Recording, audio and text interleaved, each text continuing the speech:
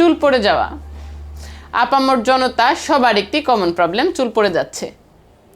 প্রত্যেক দিন একটা মানুষের 50টা পর্যন্ত চুল পড়ে যাওয়া কিন্তু স্বাভাবিক। তবে কারো ক্ষেত্রে যদি এই 50টার বেশি সংখ্যক চুল একই দিনে ঝরে যেতে থাকে তাহলে এটা কিন্তু একটা রেড অ্যালার্ম। বিশেষ করে পুরুষদের ক্ষেত্রে অতিমাত্রায় চুল ঝরতে ঝরতে একটা সময়ের পরে কিন্তু টাক হয়ে যায়।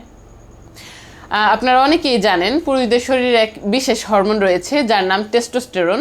এই টেস্টোস্টেরনের শরীরে অনেকগুলো ইফেক্ট রয়েছে। তার মধ্যে একটা হচ্ছে এটি চুলের গোড়ার যে ফলিকল রয়েছে এই ফলিকলগুলোকে আস্তে আস্তে দুর্বল করে দিতে থাকে।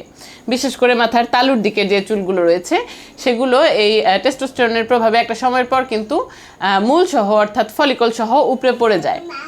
একটা চুলের ফলিকল সহ যখন পড়ে যাবে তখন কিন্তু এই চুলটিকে পুনরায় গজানোর আর তেমন কোনো উপায়ই নাই।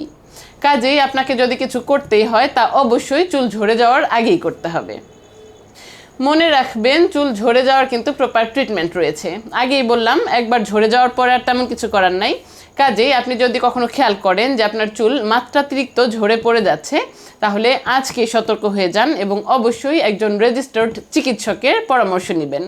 যেহেতু এর প্রপার ট্রিটমেন্ট রয়েছে, ট্রিটমেন্ট করলে আসলে আপনার যে চুলগুলো ঝরে পড়ে গিয়েছে সেগুলো হয়তো আর ফিরিয়ে আনা যাবে না, তবে নতুন করে আর ইনশাল্লাহ চুল আপনার পড়বে না, এটুকু এনশিওর করা যেতে পারে।